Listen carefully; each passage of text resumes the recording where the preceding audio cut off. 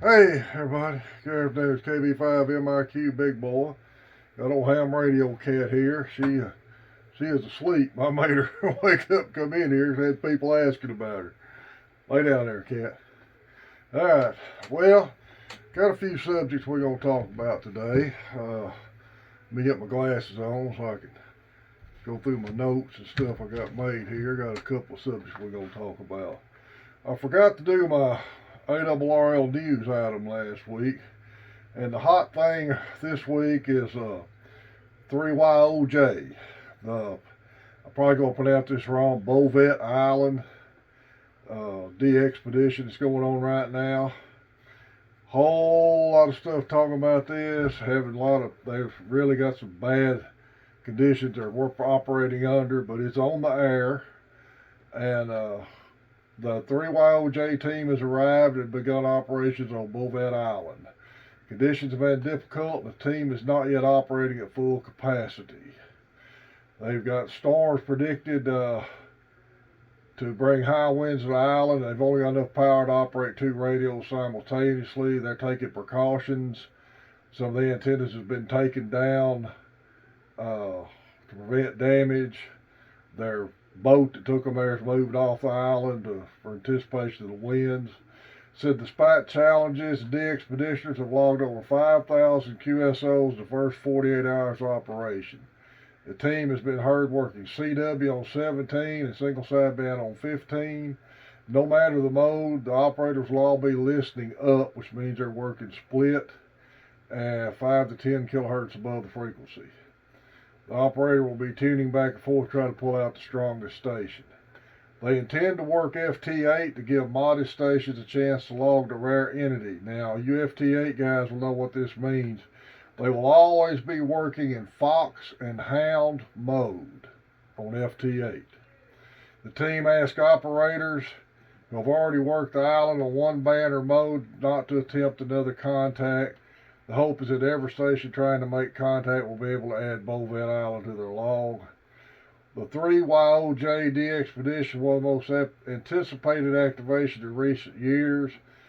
Bovet Island's ranked second on the club's log's DXCC most wanted list, right behind P5 North Korea. I bet nobody wants to do a de-expedition there. All right, that's the ARRL news blip for this week. Let's see what else we can find here. Hey, cat, where you going? I know it. Settle down. Gonna talk about one of my favorite subjects again. That's gonna be QSL cards.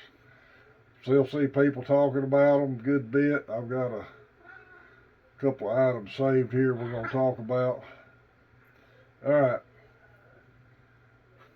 So today I was doing POTA, and one of the hunters asked me if he could send an envelope for a QSL card because I finished his WAS.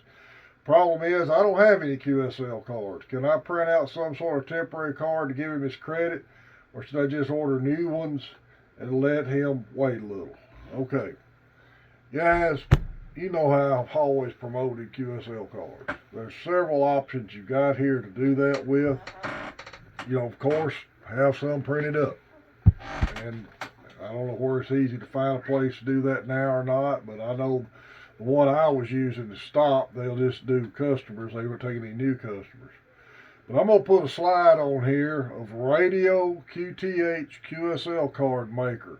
Free website online. You can make your own card. I've used it before until I started buying these others, getting them printed up. And it'll be information on there. It's fairly easy to use. Let me show you 2 cards. You don't have to have a fancy card. This guy confirmed Michigan, N8YBA, confirmed Michigan. He took the time to make me a card on index card. That'll be on my wall from now on. That's as personal as it gets. Doesn't have to be a fancy card. A lot of us got cards printed off just because we want them or make it easier to use, but that is a QSL card in my book. You send it to me. It's just a good personal way to promote a contact. Here's another way. I just got this one this week from ZP5 ZDM in Paraguay. That's just a standard tourist postcard. I've got all the QSL information wrote on the back with his call. Got a cool Paraguay stamp on it. Man, send a card. That's the main thing, is send a card out. I can't promote that enough. Like I've said before, I've got the typical I Love Me wall in there in my living room. It's got a big shadow box for my military retirement, some retirement plaques and pictures, and I haven't seen anybody give it a second look other than me. People come in visiting, they just, you'll walk by. It's like a wall full of bowling trophies. But anybody that comes back to this shack, first thing they notice, other than how disorganized it is that wall full of cards there. That is one of the best ways to promote this hobby. I love to send them out, and I love to get them back. And it doesn't have to be a fancy card. Just make a card and send it out. That's the main thing you can do, is get a card out and send it out. It costs a little bit in stamps. And I know a lot of you young guys are using the QSL thing on Logbook of the World and stuff like that. Think, oh, that's how quaint, the old man still wants QSL cards. I just think it's a good part of the hobby. I really do. I've always thought that, and I'll continue to think that. All right. Here's something else. 10 meters has been open. Really good here lately. Really good. Other night we worked Japan during our 10-meter group. We've been having some West Coast, West United States stations checking in with us last several nights. It's been open at night. It's open right now. Make some CQ calls. If you don't think the band is open just by listening, make a CQ call. Make it a couple times. More than likely somebody's going to answer you. 10 meters is a lot of fun. I haven't been on another band here in hardly several months. I'll tune up and listen to 12 and 17 some, but it seems like I just keep gravitating back to 10. And we're getting check-ins at night. The schedule of our 10-meter round table is always on these videos on the end. If you hear any of us, please check in. That's what we do it for. We enjoy having people check in with us. But get on 10, call CQ, and enjoy it. Now, getting back to that D-Expedition on Bovet Island. I've seen a lot of guys talking about it. It's one thing, it's going to be a major league pileup. I'm probably not even going to attempt to work it unless I just ain't got nothing else to do and find it. I ain't even looked for it. Probably gonna hear a lot of bad operating procedures and all that. You're just gonna have to try to work through it. Don't add to it. I mean, don't add to the QRM on that if you can keep from it. Try to work them in a good, sensible manner. Listen, figure out how they're taking signals. Maybe you can figure out who they're taking the strongest or whatever. But that's gonna be a pile up. It's one of them rare countries everybody wants to get, and I wish you the best of luck doing it. But just get ready. It is going to be a pile-up. Four States Amateur Radio Club, I've got a new slide on here about our tailgate sale that we're going to have last weekend in April. Start time is 8 o'clock. I think you can get there earlier set up, but supposedly selling starts at 8 o'clock. It's going to be out at Sportsman's Cove Marina on Wright Patman Lake, just south Texarkana. It'll be real easy to get to. Texarkana back in the day used to have some really good sidewalk sales. Back when I first got in this hobby, I never missed one Texarkana had. I always enjoyed going to them, and I'm a member of the club now, so I'll definitely be there that day. Probably be out there most of the day with it. But if you're in the area, try to make it. I know K1ENT says he's got a bunch of stuff he's taking out there, so hopefully it'll be a good, successful event, and we can make it an annual event, because I love CD sidewalk sales. Talking about gear online, I've seen several of these posts in these ham radio pages where somebody will make a post on a page that's not an actual selling page. Now, there's a lot of places on social media that's actually just for selling gear. Ham radio, flea market, trading post. It's one first one that comes to mind.